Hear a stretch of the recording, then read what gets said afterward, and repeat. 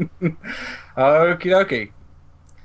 Hey, it's SickBoy from the Gaming Anarchist Collective, and welcome to the first Gaming Anarchist Collective podcast. Obviously, SickBoy hosting today with my co-host, Mr Sam from Mr Sam Explains. Hey, Sam. That's as good as you're gonna get from me. I'm the tech guy. I wasn't here to be a personality. And also got a guest in today. We've got Dark Guy 3 or Juvae Carmichael. How you doing there? Good. Okay, great. Right, got a fair few news topics that we want to get through today. First off, I just want to address the picture of Ron Perlman, because this is Sam nicely added this to our stream. Just that somebody made a comment on a video I made a while ago about the shape of my head, saying how nice it was but strange, which was kind of nice. And then they came back and went, "Oh, that's it. You look like a young Ron Perlman." So that's had me laughing my arse off. Me and Sam having a lot of fun about that. So we thought we'd have Ron Perlman come join us in spirit. Because apparently that's what I'm going to look like in about 30 years' time. 25 years. Wow. Awesome. Someone's just put, "I see the resemblance." that is basically true. Yeah, so basically I am now officially a young Ron Perlman. So that's slightly creepy. But there we go. Yeah, so we've got a few news bits that we want to go through today. And also, obviously because we're going to be bringing on guests, and each time we're going to be trying to bring on more guests in the gaming community. But today, we brought Juvae on because he's got an interesting story that he wants to sort of share about things that happened to him when he went along to Evo. So we just want to go across that and start a couple of start a conversation and just see where we get with that, and open that up for debate and conversation, because that's the whole point of doing this. So yeah, I'm all about communication. Fantastic. I think actually our Skype stream seems to be going in and out of seeing you on video and not. So Who, me? No. Sam's feed on Skype. So I'm just not going to look at you, Sam. Actually, what I'll do is I'll move it across so I can just see you and just see you delayed, because that just works better. Okay, right. So before we go into the news and things, Juvae, do you want to go just cut down your story and go through it and see what we can pick out of that? Well, basically, I went online to Facebook to a social group of gamers who were talking about Evo in the fighting game community. We talked for about 2 months, both via Facebook and whatever. Everything was settled. At one point, I even had issues with the crowd to try to let them back out. They said they were good with my terms. The terms are real simple. As cover my food, I say I might need help with my gate pass and room, and put gas in the car, and you have full access to the car and drive wherever the hell you want. Just don't blow the car up. Everyone said yes. Get down to Evo, and by the second day, these people started act crazy. By the second day, I was accused of being a thief. Third day, the last day of Evo, I was locked out in the room. I had to explain to them why their stuff would get stolen, and on the way out of Las Vegas, the car breaks down. I call AAA, get road assist to come out to get the car towed off. Call Highway Patrol because it was hot to make sure they get back to where they needed to get to. And when I asked for water, one of them rolled their eyes at me like, "Really? We have to make sure you have water?" And when I asked for a cell phone, they refused to give me one. Come to find out, when the tow driver showed up, the tow driver said, "Well, I tried to call you, but no one picked up." My wife also called them. They never picked up. Subsequently, after the car broke down, they banned me from their Facebook page, and I'm also banned from the social group where we all met at. Jesus. That is, I mean, that when I saw that this morning, obviously, and just think that's just insane. I mean, just for the of all the little things, they're all bad enough, or the childish thinking. I don't understand why someone would think you were going to steal $27 or something, was it? So that even though you were relying on their petrol money to get you home. Yeah. So $27 is what this all boiled down to, for the fact that basically leave me on the side of the road for dead.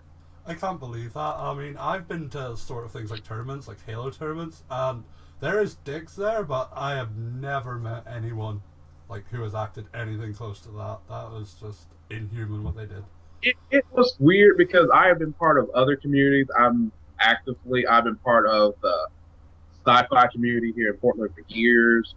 I've also acted in a lot of the medieval reenactments scenes, like the SCA and reenactments of pirate events. And it's nothing for you to basically set up a carpool, take someone down to an event they've never been before, and basically enjoy the community as a whole.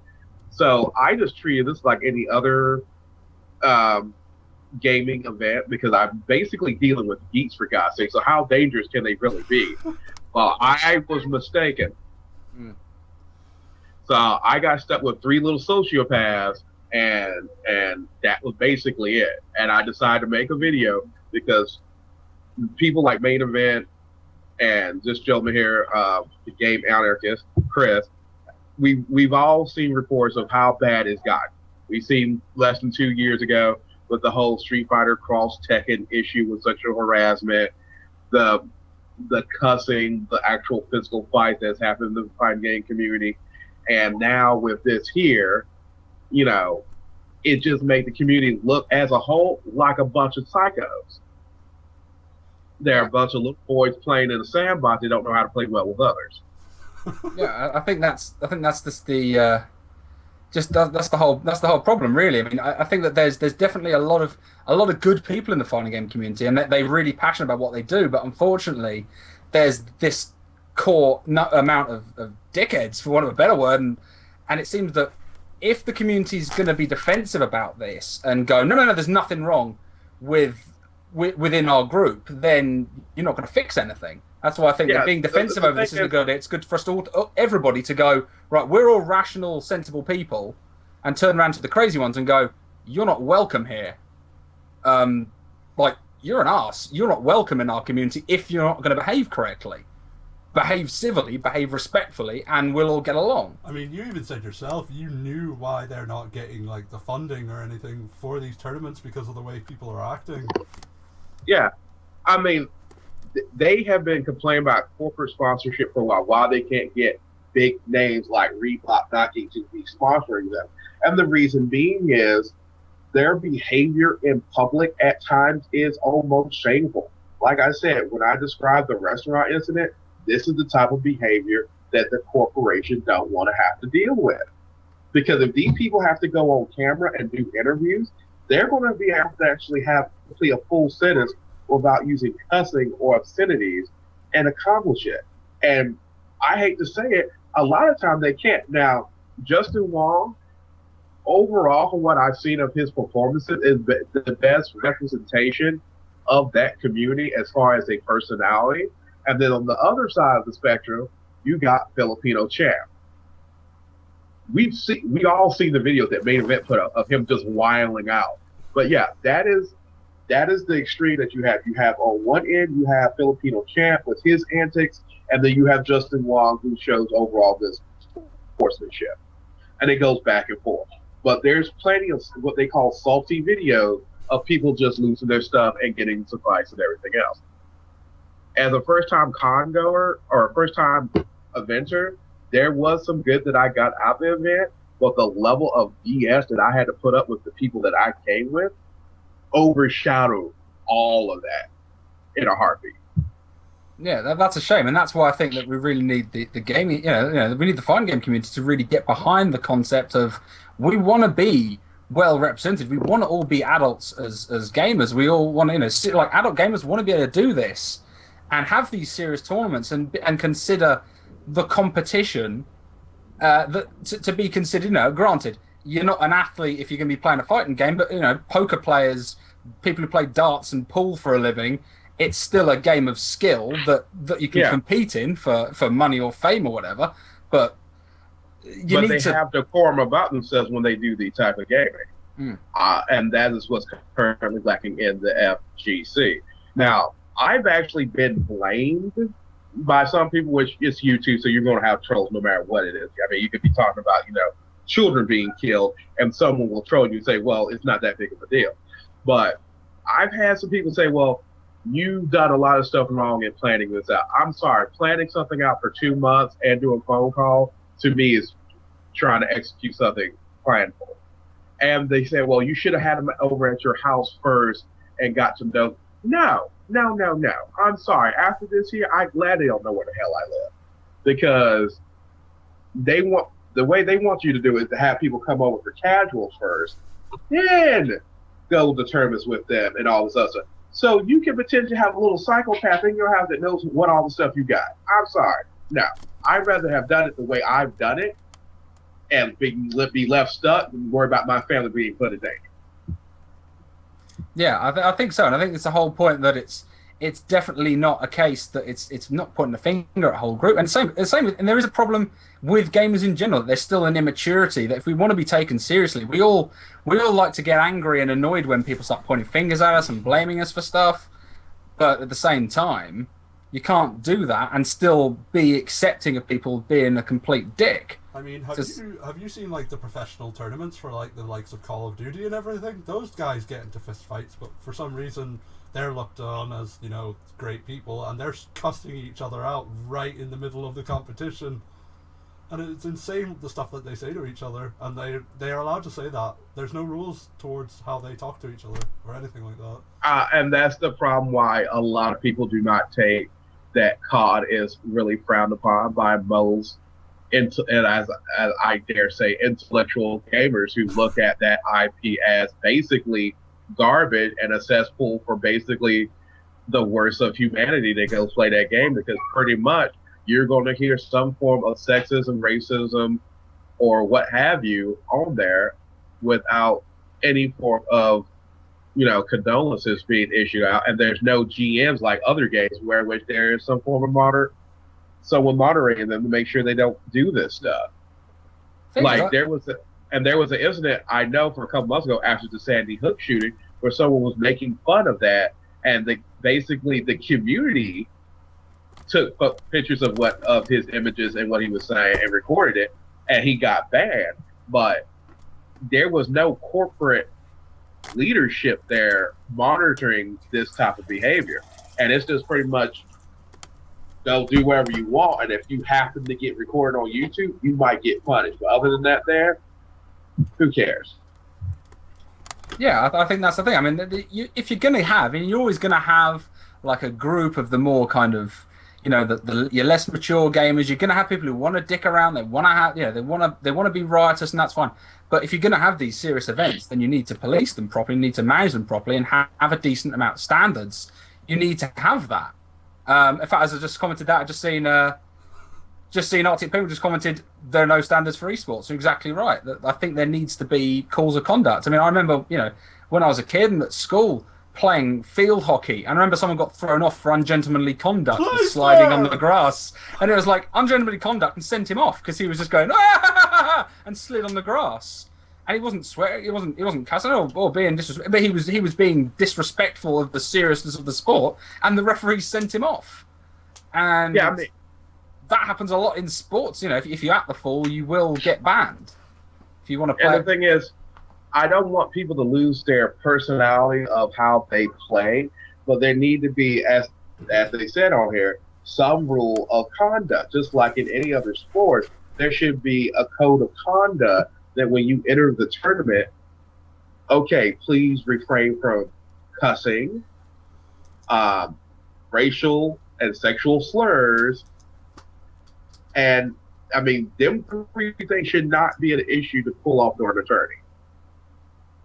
But yet, it still comes up that we still see the incident with major tournaments happen, and people are throwing out sexual and racial terms depending on what mood they're in that day.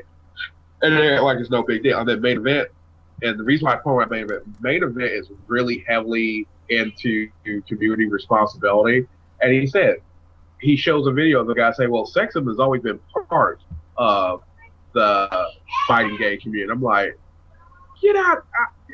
That is asinine. It makes no sense that you would consider sexism an essential key to the fighting game community. I think didn't even use the phrase, it's our culture, that's ridiculous. You're all just salty is what you are. Yeah, what's the problem? Why? It's my culture to be just an insensitive prick and be unruly and uncivil. Well, you know, just all you need is really just a couple of tournaments, just have a card system, give someone a warning, maybe even give them a second warning, and then that's it, disqualified. Do that to a couple of people, and it'll see it clean up quick. I hate to bring up League of Legends, but it has a very good way of like sort of moderating its community. It has what's called the tribunal, and if someone's say reported or anything, as there'll be people will see it, and then they can vote on if this person should be punished or not. Now, as you know, there's going to be dicks in it, but I think that's a really good way of keeping control of your community. I think a tribunal would be very nice to have, because currently I have a lot of people asking me for the names of these individuals that left me like this. We're going to miss to them either, well, that there, and also to basically want to not have to deal with them in a public setting, because realistically, they don't want to get got like I got. I'm trying to take the high ground, but I also been thinking heavily whether or not to go ahead and give the name of the place where I was banned out of, because I'm banned from this group now. I am not allowed. I have no way to view any of their postings at this point underneath my current name on Facebook, and they have all blocked me from. I blocked one of them, and the other two blocked me that was in my car when this transpired. And just so everyone's aware, I have actually seen these Facebook messages, but I'm gonna respect Juvae's his idea here, and not to mention any names, but they are names. They do exist. I have seen them. It's not just one man reporting this for nothing. I have actually seen those comments of them agreeing to the terms and everything. So it is genuinely a thing. Just so you know, he's not just making this up. There is some evidence behind this, and I have seen it. Yeah, and that's the thing that I did before I made this video. I thought realistically people are going to ask, do you have proof? So I took the time to take a couple of screenshots and basically copy a transcript of the entire conversation of the initial plan to get to Evo. Just in case if someone asks, can you produce names? Can you produce blah, blah, blah? I'm like, yeah, here you go. Leave me alone. So I know that I'm beyond reproach on this, because I stated what I wanted. They were fine with it, and that's it. And to be honest, when I was on the road, I kind of called in some favors and told them, hey, these guys are being idiots. Can you send me some cash? So I had people, and as I said, that's why I mentioned the PayPal card, who just sent me money, and it wasn't like a crap load of money, just to get me to cover my food and everything else. So a lot of the time, either I was helping people out in the fine game community. I fixed one guy's joystick, and he bought me lunch. And realistically, all it was a loose connection once I took it apart. And he was willing to pay me money. Now, in this community, I have a strong feeling that some of them, like little predators that I ran across, would have tried to take them for like 40, 50 bucks. I just told them, feed me, I'll fix your stuff, we're good. And that is how it worked. That was a great thing for you to do. I mean, people die for that sort of things at tournaments. I mean, there's no one to fix anything for people there. There really should be. Well, the thing is, Mad Cat has had it set up where if it's not a Mad Cat stick, they won't fix. They won't do any repairs for or mod it out on the floor. People like myself that mess around with electronics can probably easily do all the stuff that Mad Cat don't want to touch. But in the same token, and this is something because I'm a businessman, I also don't want to bite the hand that will potentially feed me. So I don't try to take money out their pocket. But for what I had to do, I was hungry. The guys were pretty much being So I'm like, feed me and we're good. And that's pretty much how I roll. Realistically, I think the guys fed me twice on the trip. I wasn't asking for a gourmet meal. I was happy to go to McDonald's, order something off the dollar menu, and have a Coke and a smile. I mean, I'm just saying, I wasn't asking for like T-bone steak and $20 meal. You know, $6 to $8 in Vegas, you can eat well and be good. And when you got three people who are supposed to be covering this fee, it breaks down to be like $2 or $3 per person. But I've been told on the comments on Facebook, I asked for too much. Well, I mean, that's the thing, though. Personally, I think no matter what you asked for, if they agree to it, they agree to it. If you asked for $10,000 each and they agreed to that, well, then they've agreed to it. You don't then go, well, the terms are unreasonable. Well, it was an agreement. You reached the agreement. The terms are irrelevant if they're agreed.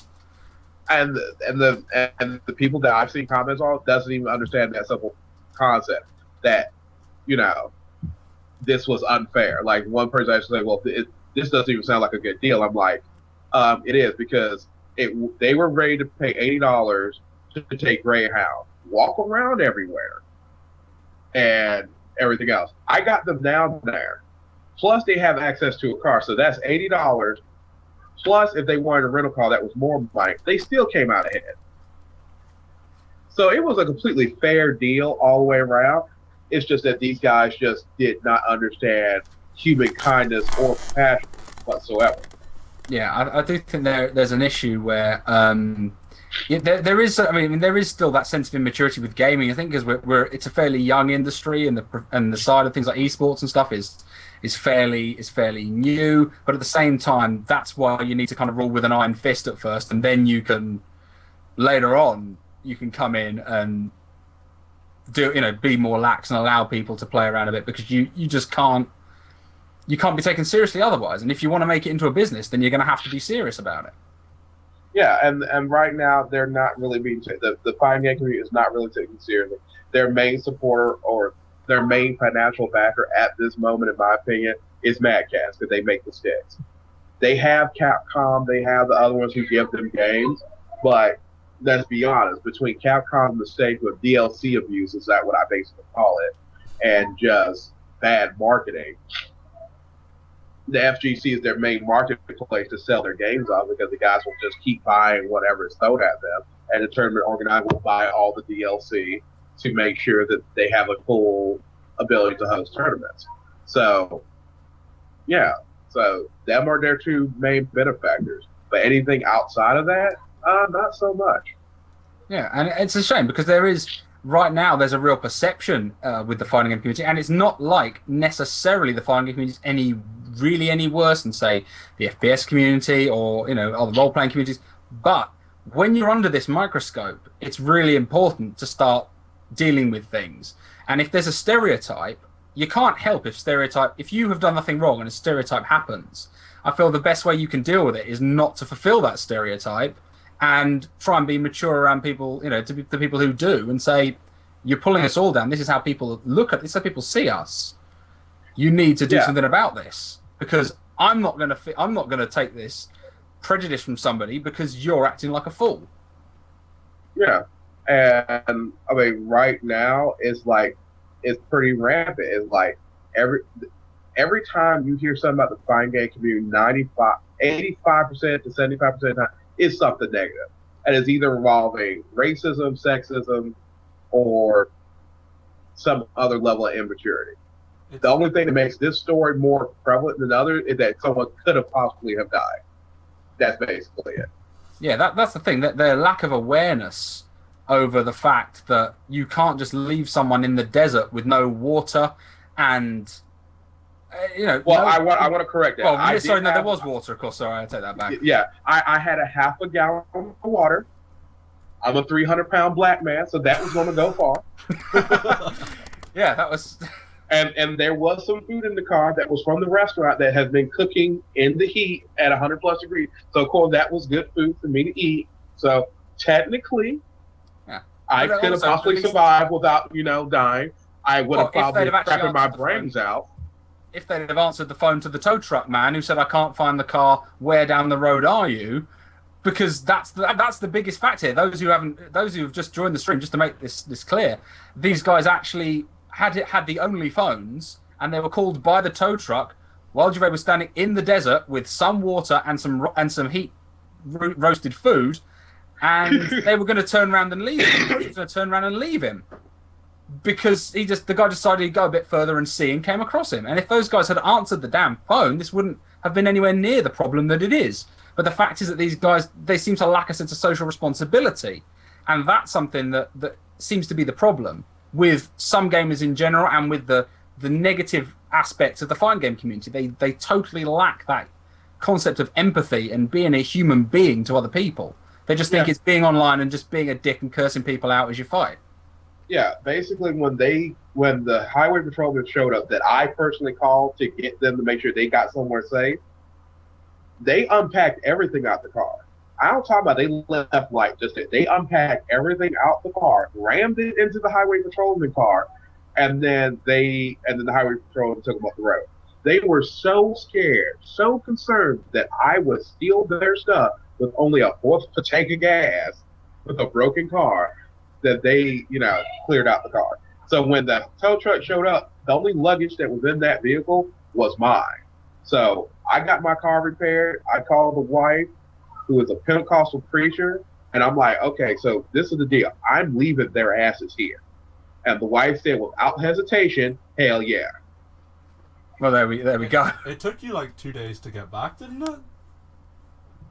Pretty much. I had a lot of friends from the pirate, SCA, and trading card community send me cash, and I pretty much, after not smoking for over 8 months, picked up a pack of cigarettes and a thing of Red Bull and acted like a trucker again and drove like a madman. Rose from the ashes. Well, yeah, literally. Well, I mean, hopefully this story serves as a lesson. The whole point that you made in your original video was that this is just a warning and an advisory note for those people who are going to these kind of events. If you're going with people you don't know, take precautions, be sensible, have a backup plan, and always make sure you've got enough money to get yourself home on your own if something goes wrong.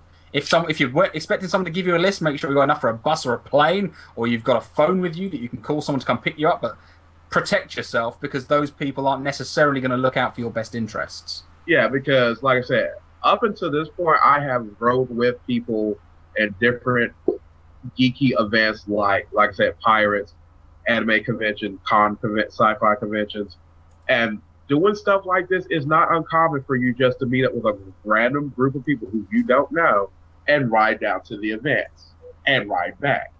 Usually when you enter a sci-fi convention, people got signs of free hugs. It's like they welcome you as a community. So when I planned this, I had the same mindset of, well, it'll be like any other con or event. I'll just get these guys down here to be okay. Evo, it's free punches to the face. Pretty much. Yeah, I think that's the weird thing, and I'm always really confused by it, because I know that gaming is much more mainstream now than it was when I was first gaming, but the fact is it's still the outcast nerdy thing to do, and there's none of the that people always used to have that kind of identity that we're all slightly counterculture, we're all a little bit weird together, and that meant that people were more respectful to each other and were more friendly. And it seems to almost be the more popular it's getting, the more kind of hipster douchebag brigade are coming in and ruining it for everybody. I mean, yeah. I've gotten a lot of feedback that was positive from the video that basically said, hey, what happened to you was horrible, and this is not representation of the community, and please give us a second chance. Which I don't mind giving the community a second chance. It's just that there are certain things I myself is never doing again. Kill me once and I'm good, because that ain't going to happen twice. So first thing is, nobody coming to my house for casuals. And you can look online on the SRK, Dream Council. Me and the wife talked about, we were willing to open our homes up to anyone they wanted to game and come over and play on my system. You were just looking to make friends and things like that. That's a great example of what this community is like. Yeah.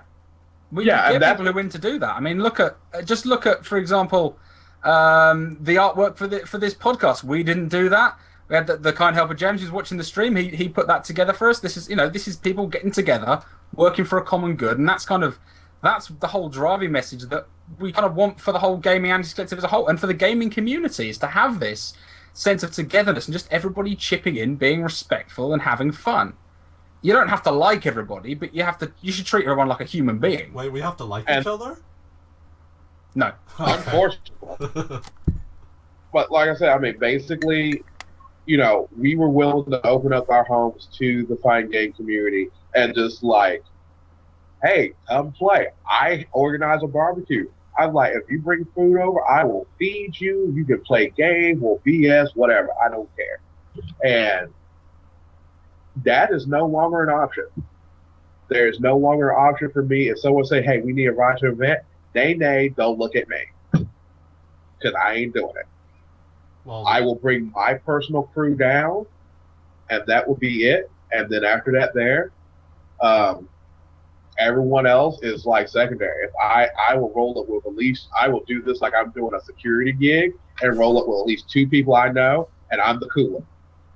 I mean, just to finish this on a positive note before we discuss kind of some of the news bits, there's one thing in your video that you mentioned that I want on a t-shirt. Me and Sam were talking about it earlier.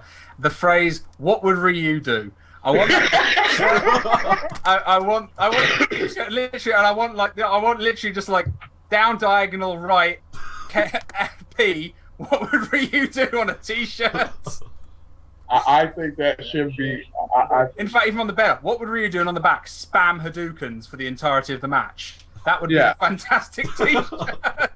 I believe that was when I was thinking about it, and I was going through my rap, like, I have to at least throw that in because I watched a lot of anime and I know the history of the character Ryu and his level of sportsmanship and whatnot. So yeah, I use that. Now I've had people comment on the Final 8. It was the Saturday of the Mortal Kombat 9 who said, well, his controller malfunction, I would totally make him DQ out. But let's be realistic. Do you really know whether or not you beat that person really when you're almost already dead? Or would you rather have an actual clean, precise victory and be done with it? And the thing is, that's the difference between being a sportsman and just being ruthless. I really want like a stand at EVO 2014 of what would Rio do t-shirts. We would make so much money. Or if people, people want to get a bit more anime, they could have what would Goku do. It would be the same attitude. That'd be awesome. Yeah. I probably should. You should really do that. You should like go around. There should be a "What would Ryu do" T-shirt. Somebody will probably make it. I will probably become famous, and everything else. Or another one, just another one, just as a counter one, just like what would Kenshiro do in the back? Just punch your head off. You do nothing. You're already dead. I love that. Just random violence. Okay, so we'll just move on a bit from that story. Don't mind, Juvae. We'll cover some of the things that are in the news and see what the 3 of us got to say about it, and obviously the guys in the comments. The first thing was something that Sam suggested, and that's to bring up about Rockstar being really hesitant about porting Grand Theft Auto 5 to PC, which obviously it's got a lot of the fans of the series really unhappy because they want to be able to play it on PC. I know personally, now that I have a gaming machine again, if I had the choice, I'll pick a AAA, I'll pick a title on the PC if I can over something else. That's what I like. And they really very hesitant about sticking that on the PC, but they do want it on consoles. And I'm going to throw it out there. Obviously, I think it's obviously clear they want it on a secured system. They want no one to be able to mod it and hack it and things. And then maybe they're still smarting over the hot coffee debacle where they had that on the disc for San Andreas and people hacked it. No. Rockstar deliberately do stuff to get themselves in the news. That hot coffee mod was deliberately put in there so they could make more sales. I wouldn't be surprised. That totally wouldn't surprise me, actually. Yeah, okay. So the real issue is it's probably over DLC distribution because if once it hits on the PC, people can hack the DLC and put it on their PC copy with no problem. And the PC can be modded way beyond anything these developers ever thought they could do with the game. And they don't want to deal with that. So they'd rather have it on Xbox One, PS4, and keep it simple and keep it done. Can you imagine? Yeah, I think it's only coming to current gen consoles, I think. It's coming out on next gen. Can you imagine how much money? Is it coming next gen as well? Yeah. Can you imagine? Oh, okay. They said they're not going to release any DLC till next gen, apparently. Which is bold to say the least, but they stand to make a lot of money from this. I mean, because they're going to bring it out on the PC. They're going to get the sales from the current gen, the next gen, and the PC. Yeah. I mean, they're going to be twirling their mustaches here, just on their piles. Yeah, I mean, that's the thing. I mean, to give Rockstar their credit, when they release a game, at least it's not just an iterative once a year thing, and they're being pitched against the Call of Duty Ghosts, really. That and Titanfall, those are their kind of, and Battlefield 4, those are, I think, their big competition. They're coming out a couple of months beforehand. Don't and forget sales. All I have to say I do have to say this. All I gotta say, COD, we got dogs now. That's yeah. Have you seen the Call of Duty Twitter feed? It went live about about 10 seconds after they announced the dog, somebody had a Twitter feed going, and it was the fun. I think literally within about 20 minutes, had like 50,000 subscribers. For somebody who's just feels really proud of building up 2,000 subscribers on YouTube after 7 months, that felt like the most demoralizing thing in the world. Just to see anyone else, I was like, Call of Duty. I followed it. It was an hilarious. Emotional attachment to anything unless it's a dog. I want a dog, and I want Corgi DLC. Make it happen. I still think the funniest thing was when they're like, look, the fish move. I'm like Mario 64. This breaking technology. Oh yeah. Absolutely hilarious. But that's the thing. That's what GTA is one of those few games when people say they want COD sales. GTA 5 is one of those games that can get that level. It can get 10, 20 million sales potentially. Yeah. It's that scale of a game. And they tend to make the game solid. Like I said, the only one that I had an issue with, and I will just be blunt, was San Andreas, because it was literally living a stereotype. And I am sorry. I did not appreciate black people running around, shooting up their own neighborhood, doing black-on-black crime, and drugs. Stealing TVs as well, wasn't there? Driving around the neighborhood and stealing people's TVs. It was shameful. I think your first mission in that game was to steal a bunch of kids' bikes and things like that. I think it might have been. Yeah. It's funny when you look at like Saints Row and actually go, well, that's actually a more moral game. That's like that doesn't rely on service because it's all character creation and all the characters were all variant, different races and ethnicities and they spray I mean, shit on it's got a each great other. amount of gameplay. But I one thing I really wanted out of GTA ever since they started creating a particular character. Obviously, with the old days with the top down, you didn't really matter. But I really wish that you could create your own character in GTA. That's been one thing that I've always wished they could do. I wish they did that, and that's why I also enjoy Saints Row because it's more just ridiculous. It's one of those few things where you can get a cat cannon car and fire people out of a cannon. Someone said something in the comments here. Network that I Sorry, someone said something in the comments here. He said that they probably won't because GTA 4 was such a bad port. Rockstar have proved that they can do a port. I mean, the Max Payne port was absolutely fantastic. I mean, it was spot on. Rockstar do have the ability to do it. I think they're just doing this, for a bit of controversy. More money. Pretty much. I mean, that has been their marketing scheme for years. They will call controversy and drama as much as humanly possible to boost up their sales, and it works. It has worked since day one with Grand Theft Auto 3, and it has continued to work ever since. Well, yeah. So 9 out of 10, 6 months to a year, it will be on PC, and nobody will even remember this conversation. True, it's quite possible. I mean, that is the weird thing because they're remarkably quiet over a lot of things. Rockstar, like when people were talking about it's a game where you murder prostitutes and children, and not once did they kind of go, well, yes, you can beat a prostitute to death, but that you can beat everyone around there. They didn't come out and try and justify it. They just stayed quiet and let other people deal. Yeah, with it. that was one of the things that disturbed me about this game because literally I had a friend that we were playing Vice City. And he was like the West Side Strangler because every time Nightfall hit, all he would do was get up with hookers, kill them, and do it for like hours and hours on end. I was kind of like, dude, you need Jesus, but I will walk over here and you have a good time. But yeah, Grand Theft Auto is the most controversial game they ever made was Manhunt 2. Oh, God. That was. I did enjoy. I played the original Manhunt, and it came with. I used to use the SOCOM headset, and I don't know if anyone really knows this. It's a little bit of a sort of a secret thing with Manhunt 1. If you use the PlayStation 2 SOCOM headset, you could hear Brian Cox speaking in your ear, egging you on to murder people. Whoa! And you could use the microphone to make noise. You know, you can knock on the walls to get people. You could shout into the microphone to distract people. I didn't know that. That was one of the best features of that game, and no one ever knew about it. I just one day had my SOCOM headset on, started the game, and all I could hear was suddenly Brian Cox going, "Go on, do it," in my ear, and I was like, "Oh, that's really creepy." And it wasn't every game. I was like, that's such a brilliant idea. I mean, it's a sick and dark game. And personally, I feel that adults should be able to distinguish the difference, and if you can't, you shouldn't be playing the games. But I mean, those games are definitely it's questionable content. It's down to a matter of taste as to whether you find it okay to play something that gruesome.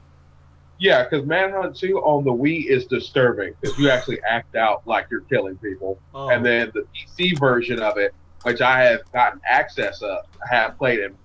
Yeah, all the editing that they did to edit it's all in there. Like, it's straight brutal. Like, at one opening scene, you actually see the feces hit you and all this other stuff in the opening segment.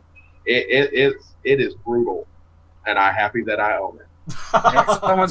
Someone's just mentioned Postal 2. I just picked that up on the Steam sale for like £1.20. It's just the most ridiculous game of all time. It's just absolutely insane. You cannot beat cat grenades. You just can't. I'm sorry.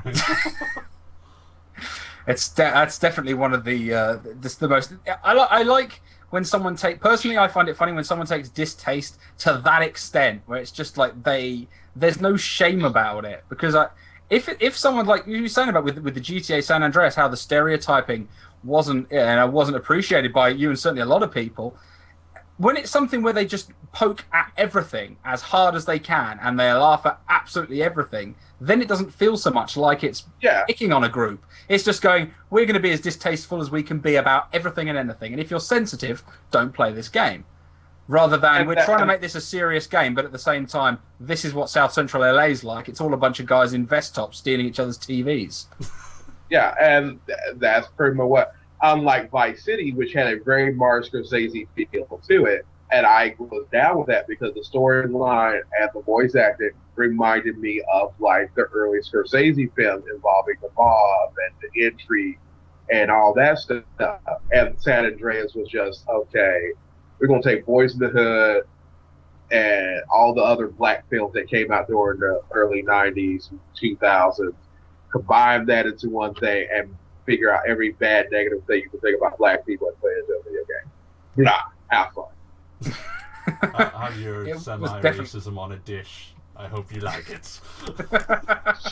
That was pretty much. Yeah, it was definitely one of those just weird things. I mean, moving on, another big topic that's been coming out, and I covered it a while ago that this was on the cards, and now it looks even more on the cards.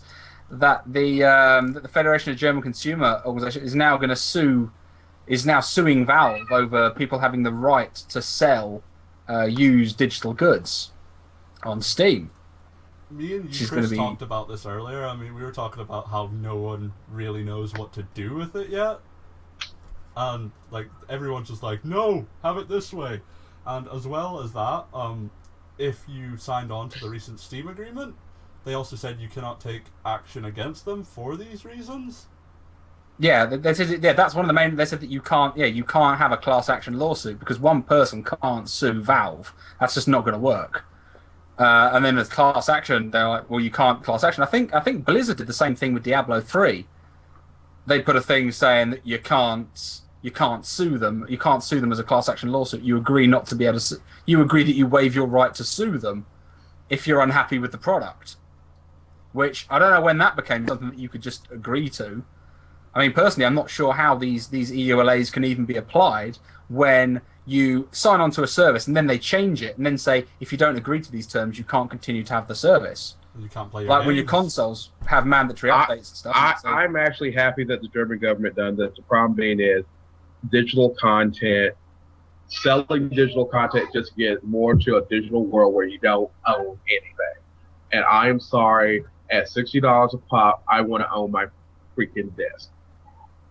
Yeah, I totally agree. And when it comes to discs, 100%, I don't believe for 1 second anyone has the right to retain ownership once they've sold it.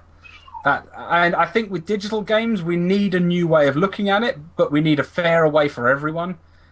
Not just as an excuse to make more money for the developers, but because of the logistic way of the only way to prevent it. And if it was an open sale market, there's nothing, unless they put hideous DRM on it, we could just copy it. So there's got to be a way we can deal this. There's got to be a logical way, and where we need to get some. Can we all just get along? Sometimes yes, sometimes no. I feel like this here. I don't have as much issue with Steam than other digital content, like the digital content you get from PlayStation or Microsoft, because at least you can copy your games to a disk, save it, and if you later on want to reinstall or back it up and put it back on your system, you can. right now there is no system set up on console, and pretty much if they decide they want to pull it tomorrow, you're pretty much SOL. Yeah. And that's the thing. That's the thing. That's why we definitely need to have the used game argument needs to be separated between purely digital platform. I mean, PC is pretty much purely digital now. Very few people buy discs on PC. Just more convenient for the PC. I mean, you don't want Yeah. your collection. And because it's an open source system like that, because Steam is not the only place you can buy games, they have to entice you in with sales. Whereas if you've got a you got your Xbox, you've got you got a Wii U, you've got a PS3 or 4, like you're tied into just that one shop, and that store sets your price. Whereas if Steam didn't have, say, like GOG or Green Man Gaming or something like that, and GOG go, we're going to give you games with absolutely no DRM, Steam then have to respond to that. If Steam were the only people on the market, damn right they'd take advantage. And they'd up the prices and they wouldn't have the sales. When Steam first came out, a lot of the stuff they did, they were overpriced when they first came out for games. They would rip people off, and they never really had any sales or anything like that. I mean, there's even GIFs of like the Steam symbol just like going into people's butts and reaching out their wallets. Yeah, I mean, I remember that my first experience with Steam, and I think a lot of people's first experience with Steam, was the orange box. And I bought the orange box, and I was like, oh, I bought this disc, and then I put it in and went, what? This is a key to download it, and I have to... What? I've just bought this game, and then with the speed of my internet at the time, it took me about 2 days to download the contents of the orange box. And I was like, this is ridiculous. I don't want this. This doesn't work for me. And that soured me on Steam immediately. Now I pick up stuff. I only pick up stuff if it's at least like 60-odd% off. I have not bought a game for full price on Steam since I got it, and I've had it since December. Yeah, I'd say the only thing I've bought full price on Steam would be the orange box, because they forced you to do that. And that was like that was almost like a, okay, we'll release episode 2, but we'll bundle it with a load of stuff you probably already have, and Portal, which was awesome. But then it dragged you into Steam, because like, you have to now use Steam. That's it. Now you're on Steam. It was a really good way to hook people in, but it seemed a bit shady when they sold this box set. It was a better deal on the consoles. Valve aren't as good as everyone thinks they are they? I don't think they're the saints and magical kings of gaming. Everyone's kind of like loves Gabe Newell like he's some kind of wonderful, generous man. And you see whenever the Steam sale's on, someone has a picture of him as Jesus. And you're like, are you kidding? I mean, he ate all 5,000 of the loaves and fishes, let's face it. He's not... It's just, why? He's a businessman, and he's making some smart decisions. He's making decent PR decisions. But at the same time, the green light system is horrific right now. And the sales are good, but other than that, and the fact that they do let you play offline, obviously, that's good. But the same fact that the issue that you can't sell games means that I will only buy games really cheap. Because with that term of agreement, then I don't own it. I accept that if I buy a game on Steam, I'm renting it from Steam. I might be able to rent it forever, but I can never sell it on. So because of that, I don't have a value for it. So I'll only pay a small amount of money. Whereas I don't mind paying full price for a console game if I know it's mine and I can sell it at any time. Yeah, because for something that's like $10-12 versus $60, I'm willing to give leeway on whether or not I actually own it or not. But if I'm paying $60, I want a physical copy that I can see on my wall versus $10 to $12. But our generation that's coming, that are now like the ones that are on this channel, we're from the baby boom generation, and we tend to like to collect stuff. And this new generation of gamers are all into the here and now and not worried about, what they have on their wall. They just want instant gratification. So digital download is like, to them, no big deal. Yeah, and it's a sense of perspective. And I know that kind of the older, saltier gamers us out there, it really sticks in our throat, the idea of not owning what we buy, and to them they're just like, and I get that it's a matter of perspective. The whole kid with Asperger's. And what will happen is, as time goes on and these systems start to fade out, and this new generation who's bought all digital gets slowly screwed over and over again, there will be a backlash, and you will then see physical media slowly come back into phase again. Yeah, I mean, it seems to be... Because it's going to happen. Yeah, I mean, I've seen a big upsurge of people getting more into retro gaming, whether it's getting stuff on GOG and playing it on their PC, or whether it's picking up older consoles. I mean, I picked up a Dreamcast a few months ago. I never actually owned one before, and I picked it up because I was like, oh, I've heard there's some great games on there. I've never played Shenmue, so I got that, and I got some games, and I found myself playing more on the PS2 and the GameCube and the Dreamcast more than I was playing on modern stuff. Just because it's a complete game. It's not like you buy. For example, Mass Effect 3. We've all heard about this debacle of a game. So basically, day one DLC. Now it's up to $50. Oh, if you want all the DLC for your game, it's over $1,000. Same thing with Capcom versus Cross Tekken. It's like $1,000 for all the DLC. At least on the retro gaming, you get a full game. On the modern game console, you getting maybe 30% of a game if you're lucky. I think we should move on here. We've been going on for quite a while on this topic. Yeah, that is a fair point, because the whole concept, the whole used game argument, the whole ownership game, that's going to go on forever. Right, so I mean, moving on, they've got a couple of big topics really. First one is Smash Brothers. They announced, Nintendo announced today that they will not be having. Sakurai actually said in a blog they're not going to have any cutscenes. They're not going to have a campaign mode in Smash Brothers. And the reason they're doing it is the reason they're not having it is because they don't want this to go on the internet. They don't want cutscenes on the internet. I really don't understand that about the East. They really don't understand this thing about Let's Plays or anything like that.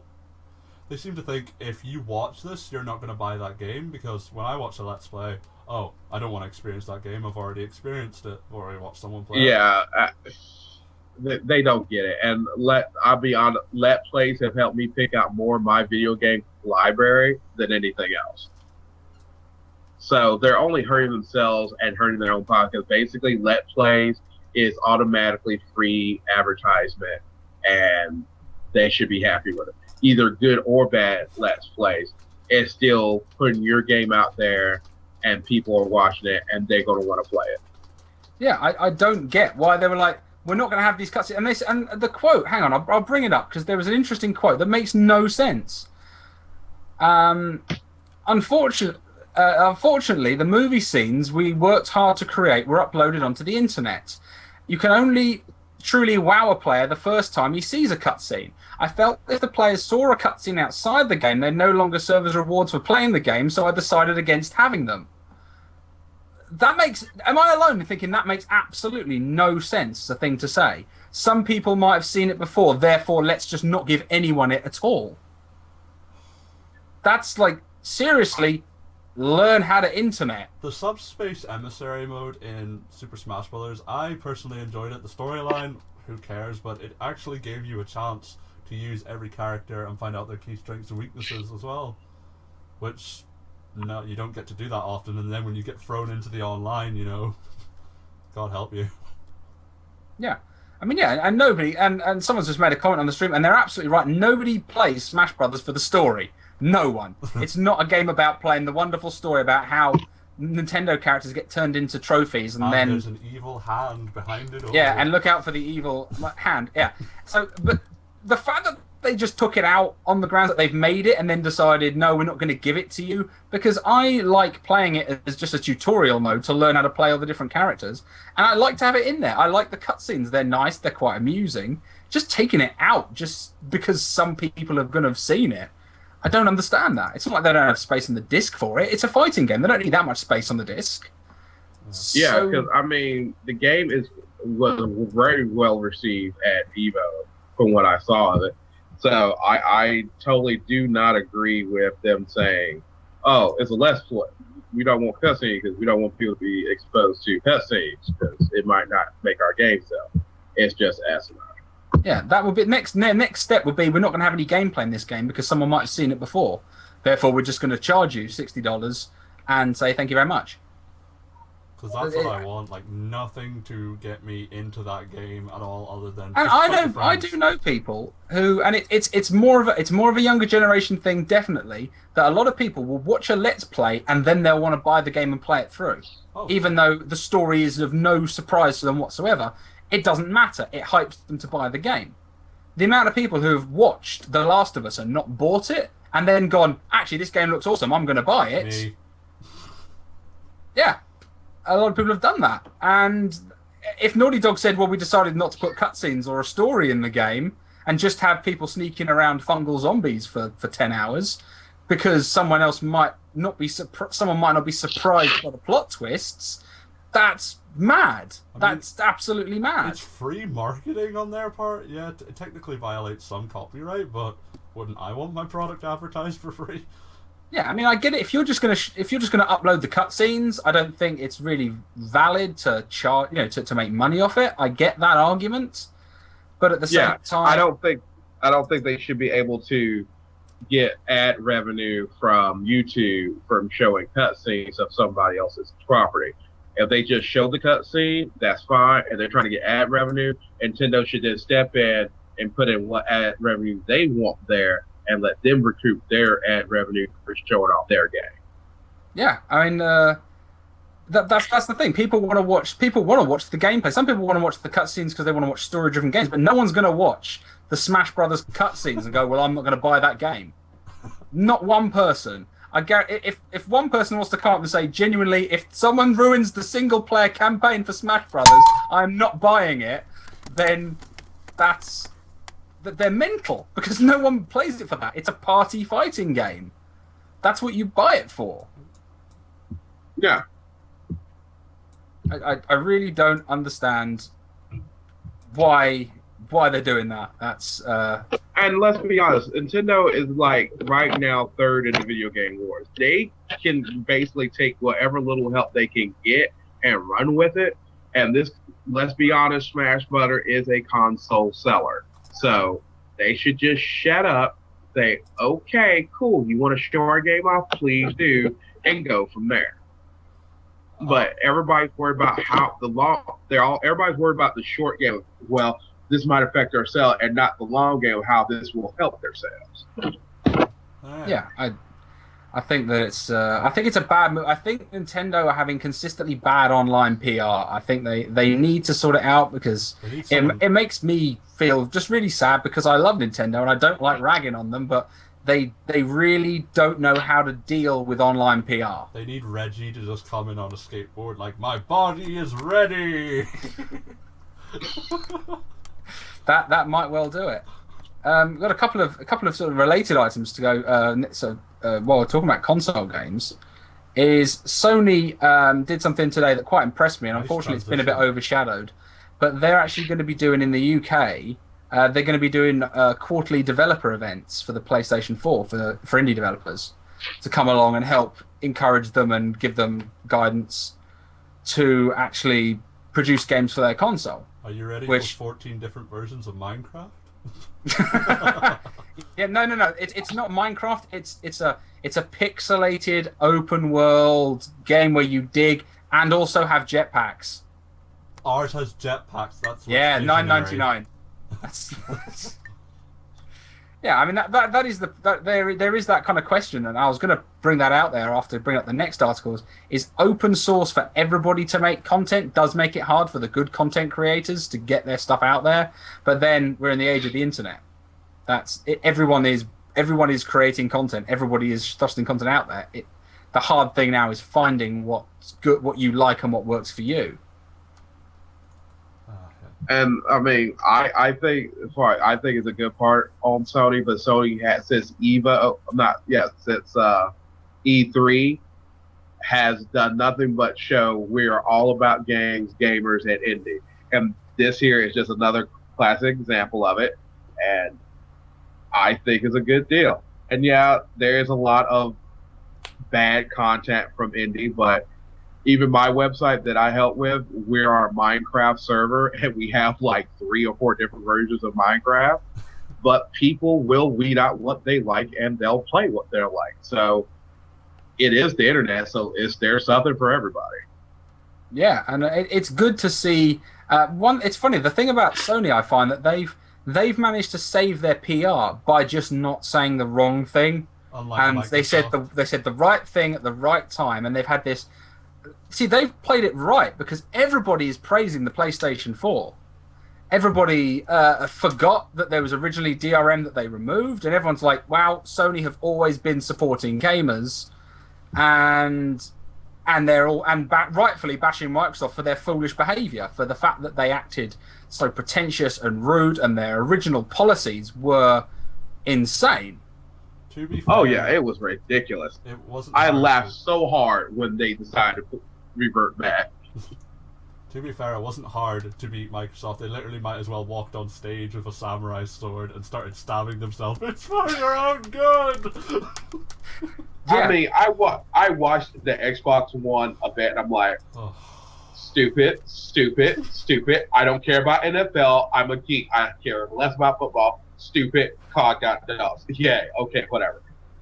Yeah, that was. I mean, their reveal trailer. They pitched that so wrong. They didn't understand that when they were going, everybody, TV, cable, sports, fancy football, and go, where are the games? And they go, oh no, we didn't want to give the games because that's not who's watching this stream. Like, you're telling me there's not one. You tell me that one person who on the off chance hoped it might replace their cable box was watching that stream. That's not millions of exactly people who were what I going, need. what are you going to do for gaming in the next generation? It was all gamers. I had the stream playing on my 3G on my phone, listening to it while I was driving home from work. And like there were millions of people watching that stream, and at least 99% of them were gamers. It was embarrassing between watching the social feedback from Twitter and Facebook and the memes that came out from that. It was like almost biblical of how much hatred there was for the original Xbox One release. Yeah, they so badly screwed that message up. Yeah. I mean, Sony did this kind of the same when they came and did their announce. They didn't mention anything about their RF tagging patent that they had in the works.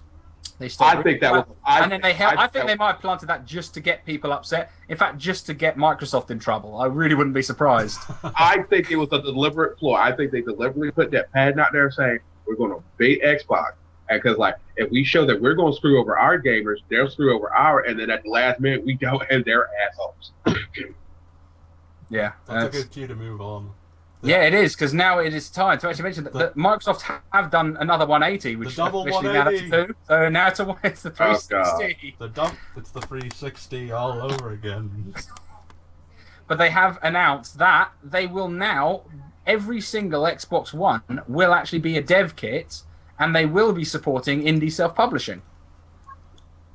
That is a big bit of news, and that, if it wasn't for the NSA spy box, I'd be much more interested in the Xbox One. Fact is, I don't want an NSA spy box in my house. They're going to have to do a lot. Yeah. Well, I'll tell you right now, the U.S. military has already banned it from. Yeah, that's what I've heard. I've heard. Yeah. One of my subscribers was in the Navy, and she said exactly that they've banned it because it's so easy to hack into the with a 3D night vision camera that can detect exactly who's in the room and their movements. It's a bad call.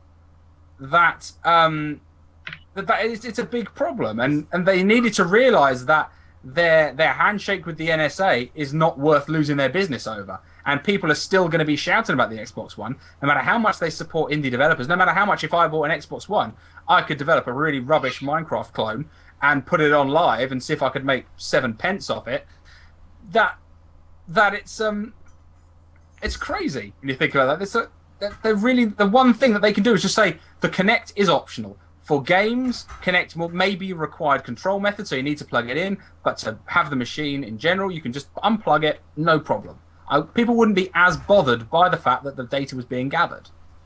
Yeah, and not out yet, even though they released this whole dev kit, to be honest, more people are going to be inclined to go with the PS3 dev kit than the Xbox One, because it's just Microsoft has done such a poor job marketing this thing, and the fact that the Kinect is an essential part of the gaming experience is just ridiculous. They've tried to justify it by saying you can turn it off or put it on pause, but they've said that it still monitors on low energy output in order to await certain commands, and they say it's Xbox off, Xbox on.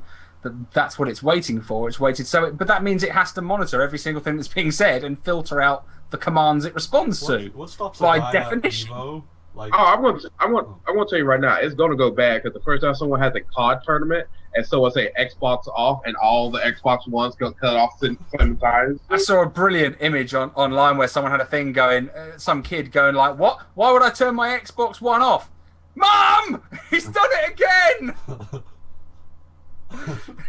Just like that would be a great way of trolling people. Like, no, I'm not going to turn my Xbox off. What have I done? No, my KD ratio was so high. I have +2. Wow. I had dogs kill streak. I had Call of Duty dogs. Yeah. Oh, the Call of Duty. Awesome. Wow. That is some creepy stuff. I mean, it's some good news for those who are still happy with who are happy with the Xbox. For developers, it's good news that they can now self-publish. I want Xbox to not be a piece of crap because I'd like to see some competition. It would be nice to see a U.S. developers system that was made and manufactured in the U.S. or at least came up in the U.S. But right now, Microsoft has done what they've always done: slowly just turn on the people that have made them, and it's just an ongoing thing, like with the whole Office 13 deal, where you have to actually pay a subscription fee to use Office. Yeah, Microsoft just don't get it. It and it's one of those things you're going to go, how much money do you really need, Microsoft? You can still make loads and loads of profit. And I've got this theory that the Xbox Ones have all been manufactured before Don Matrick left. Instead of using a thermal compound on the processors, he just spat on every processor before he left Microsoft, just to make sure that every single one's going to overheat on day one. Screw you! I'm going to Farmville. Yes, I'm going to the cutting edge of gaming, Zynga.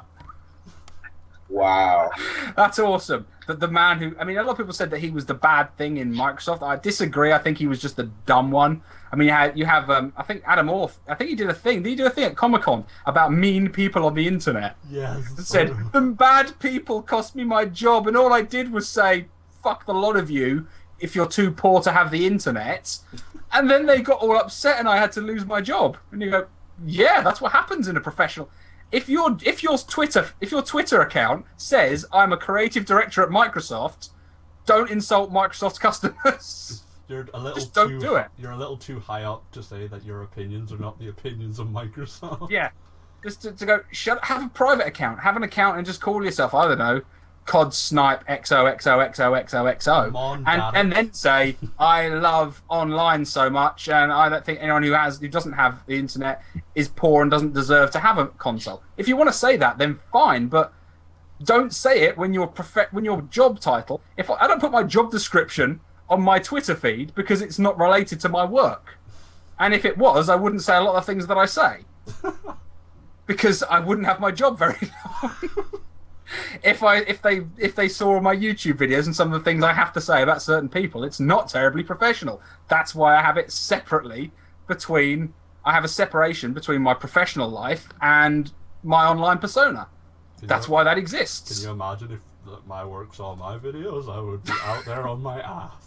Considering the airport security and everything, they would not go down terribly well. One day he's just gonna come in butt naked with a chainsaw. Oh, that is absolutely mental. I think it's been great. I think this has been a good experiment so far. I think it's been pretty successful.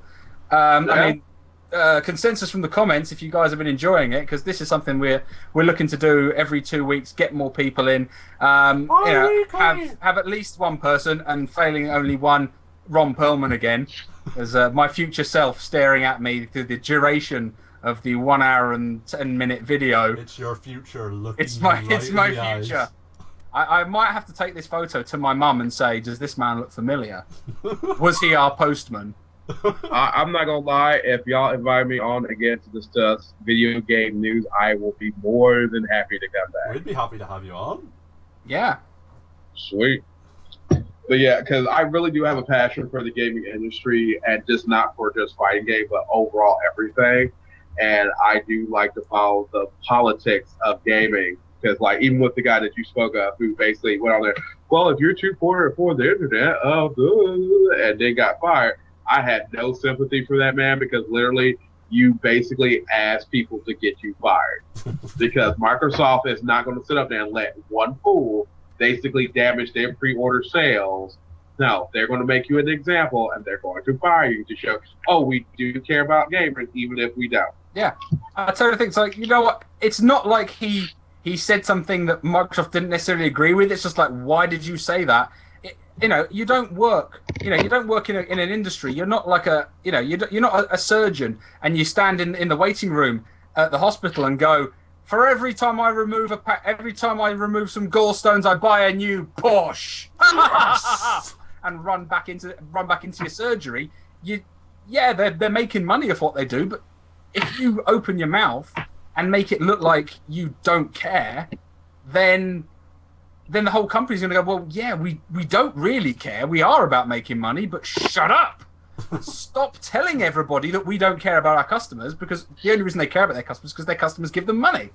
And as long as they keep their customers happy, they don't care. Just like the guy from E3, I guess he was the main director for the Xbox One development team or whatever, who said, oh, yeah, we have another option. If you don't have internet access, we have the Xbox 360. And I don't like the interviewer who was interviewing him anyway, but he basically gave him a look of, you are so stupid right now. Yeah. So basically you're telling people, oh, play Xbox 360 is what your statement is if they don't like how the Xbox One was set up. What are you talking about? Are you ready for the future? And that's the funny thing, because after he did all that, that's the guy who then left Microsoft and is now the CEO of Zynga. Are you serious? He's now the CEO of Zynga. Don Matrick, that's the guy. He's now the CEO of Zynga. Wow. Are you talking? That is so fitting for him. I did not. Oh, God. Yeah, he's like, I'm with the future of gaming. We had planned this for months. Zynga, Facebook games, that's where the industry is. That's where my passion lies. Yeah, Really? that just shows that he was never really a true gamer, but just a tool who was trying to make money. Yeah, totally. That would be like somebody saying something really. It's insane, really. There's no logical. God, these lights are killing me. It's so hot up here. As you see, I've got the shiniest face. I've got a very shiny face. This is the Sweatcast, don't you know? Yeah, it is the oh God, the Sweaty Anarchist podcast. It's quite extremely bad. So I think that's gone really well. I think that's been really good. I think we're going to wrap it up, because I think coming up to an hour and a quarter is about right for a podcast. I think it gives me less to edit. Thank you very much. It does, yeah. And we will be putting. I do think we should try to recruit Main Event, because if we get him on this, that will be hilarious. Oh, totally. I was going to get a bit more practiced at it before I tried to say, oh, come on the podcast. We're very professional. That would be it would be definitely be good to get him on there. And there's a lot of topics we could have a good chat on. So, and yeah, look, the comment wall's already saying main event, we need event. See, if you're watching this event, come along. It'd be good. I was somebody wants my phone number. I don't know why. I'm a little bit scared. Everybody, we should tweet. He wants them to give you a lift to the desert. We should tweet spam. We should tweet spam Main Event and get him on. Just hashtag main event, hashtag main event, hashtag main event. Oh dear. So yeah, I think the comment feed is pretty much. They're making me feel bad. I'm the only one who doesn't have a beard. Beards for the win. Get it now. Yeah, now is beards. The win. I have to Especially grow a beard when now. it's 90 degrees. A beard is what you need when it's so hot that you sit in the loft of your house sweating to death while having a podcast. I'm wearing a beanie hat. I fit in. Yeah, totally. Just put it around your chin next time. Do you like my muzzle? I would name my mustache Dark Geyser. Has anybody seen Four Lions? I love Four Lions. Just because I want to do the bit. Has anyone ever seen the bit? Basically, the guy where Fessel, the guy who gets blown up in the sheep field, he does a thing where he's about buying loads and loads of bleach, and he's got a beard, and he's like, and I have a fake woman voice, and he's like, you want to go buy this bleach? He's like, but you got a beard, and he goes, I cover it. Look, and he's like, how'd you do it? And he goes, can I have 12 bottles of bleach, please? Like, why is she covering her face? And he's like, because she's got a beard. Oh, it's the most. It's incredibly distasteful. If you've got a thick skin and can laugh at terrorism, go watch Four Lions. If not, if you're in any way sensitive, do not watch it. You're just going to be horribly offended. But I think it's hilarious. Everybody thinks you need a beard, Sam. And that's. Do I have to grow a beard now? Yeah. You have to grow a beard so you can be part of the beard committee team. Everyone in that should be like that should be the logo for our show, just a silhouette and a beard, and it would be good. Yeah, definitely. Gaming Anarchist podcast. Awesome, the Bearded Anarchist podcast. I think that's possibly the way to go forward. No stubble, no entry. I have a bit of stubble, but not that you can see. You're in the dark. I like to sit in the dark. I'm Okay, a gamer, that's really. Remember? Yeah, but you're not in a basement. Oh yeah, I'm bad. Because I just happen to know you have a window in there. Oh, Well, thank you, necrophiliac, but I don't think I can beard my mustache as much as I would like to try.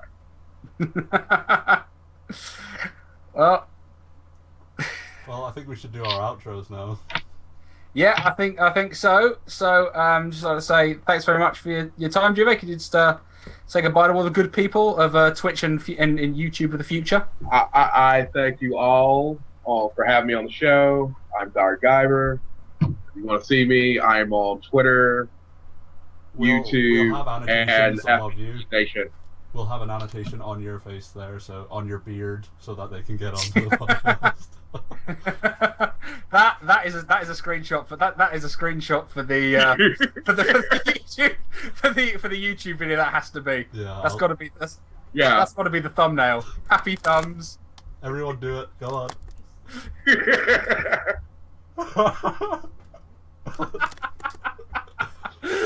Oh, that's so going to be the thumb. I like that. Well, Okay, and thanks a lot to my co-host Sam, who's put so much work in the preparation of this. come check me out on YouTube. I do every other Let's Play ever. Well, when I actually do make videos, which is never, but you might see one sometime. I think you should gamble. Yeah, and